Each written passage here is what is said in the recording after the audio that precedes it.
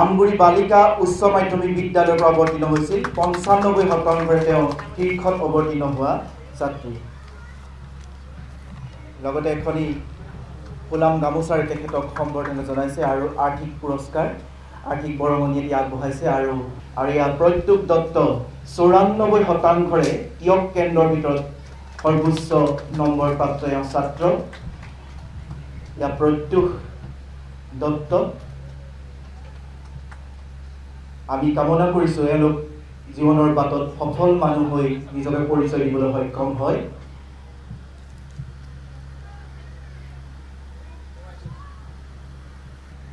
या बर्णिल आबिर फुकन আমগুৰি ডনবস্কৰ পৰা উত্তীৰ্ণ হোৱা বাইলুংগাঁৱৰ পৰা নিবাসী ছাত্ৰ কিমান সাহস থাকিলে আৰু মনৰ কেনে ধৰণৰ জোৰ থাকিলে পিতৃ মাতৃয়ে এনে ধৰণৰ এটা অনুষ্ঠান আগবঢ়াই নিবলৈ সক্ষম হয় মই এই আপাহতে প্ৰয়াত চিন্ময় ফুকনলৈ শ্ৰদ্ধাঞ্জলি জ্ঞাপন কৰিছোঁ তেখেত য'তেই নাথাকক কিয় এই গাঁও এই পৰিয়াল এই সমাজখনলৈ যাতে সুদৃষ্টি ৰাখে আৰু এই সমাজখন যাতে আগবাঢ়ি যায় তাৰ বাবে যেন তেখেতেও আশীৰ্বাদ বৰষে আমি এটা কথা অনুভৱ কৰোঁ যে আমিও গ্ৰামাঞ্চলৰ পৰা যোৱা এজন ছাত্ৰ আজিও আমি যিটো বৃত্তিৰ সৈতে আমি জড়িত হৈ আছোঁ আমি ন কথা আজিও শিকি আছোঁ আমিও বুজিবলৈ যত্ন কৰোঁ কাৰণ বুজাৰ শেষ নাই শিকাৰ শেষ নাই শিক্ষাৰ কোনো শেষ নাই জ্ঞানৰ কোনো শেষ নাই আজি ইয়াত সম্বৰ্ধিত ছাত্ৰ ছাত্ৰীসকলৰ প্ৰতিও আমাৰ এটা বিনম্ৰ অনুৰোধ থাকিব তেওঁলোকে আজি কেনেধৰণে এই পৰীক্ষাত উত্তীৰ্ণ হৈছে তাতোতকৈ ডাঙৰ কথা হ'ব তেওঁলোকে যেতিয়া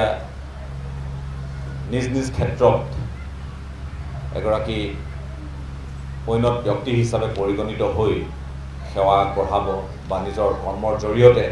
সমাজখনলৈ অৱদান আগবঢ়াব সেই সময়খিনিত এইবোৰ কথা একেবাৰে গৌণ হৈ পৰে তৎসত্ত্বেও আমি সম্বৰ্ধনা জনাওঁ তৎসত্ত্বেও আমি মৰম যাচোঁ তৎসত্ত্বেও আমি আশীৰ্বাদ দিওঁ তাৰ মূল কাৰণটো হ'ল এইটোৱেই যে এয়া অনাগত দিনটোৰ বাবে আগবাঢ়ি যোৱাৰ বাবে অনাগত সময়ৰ আগবাঢ়ি যোৱাৰ বাবে আমাৰ সকলোৰে আন্তৰিক এটা শুভকামনা নহ'লে আমি কেনেধৰণে সেই সময়ত হাইস্কুল শিক্ষান্ত পৰীক্ষা পাছ কৰিছিলোঁ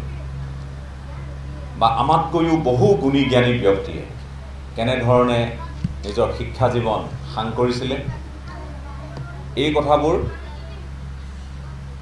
যেতিয়া তেওঁ এজন ভাল নাগৰিক হিচাপে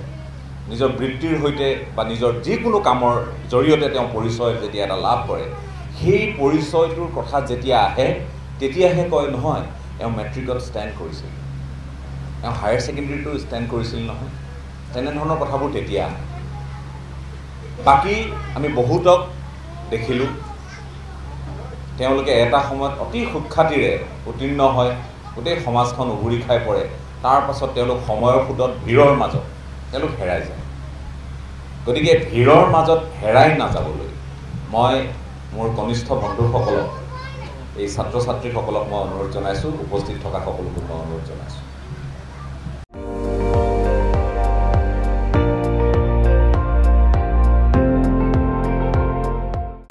আপুনি চাই আছে ND24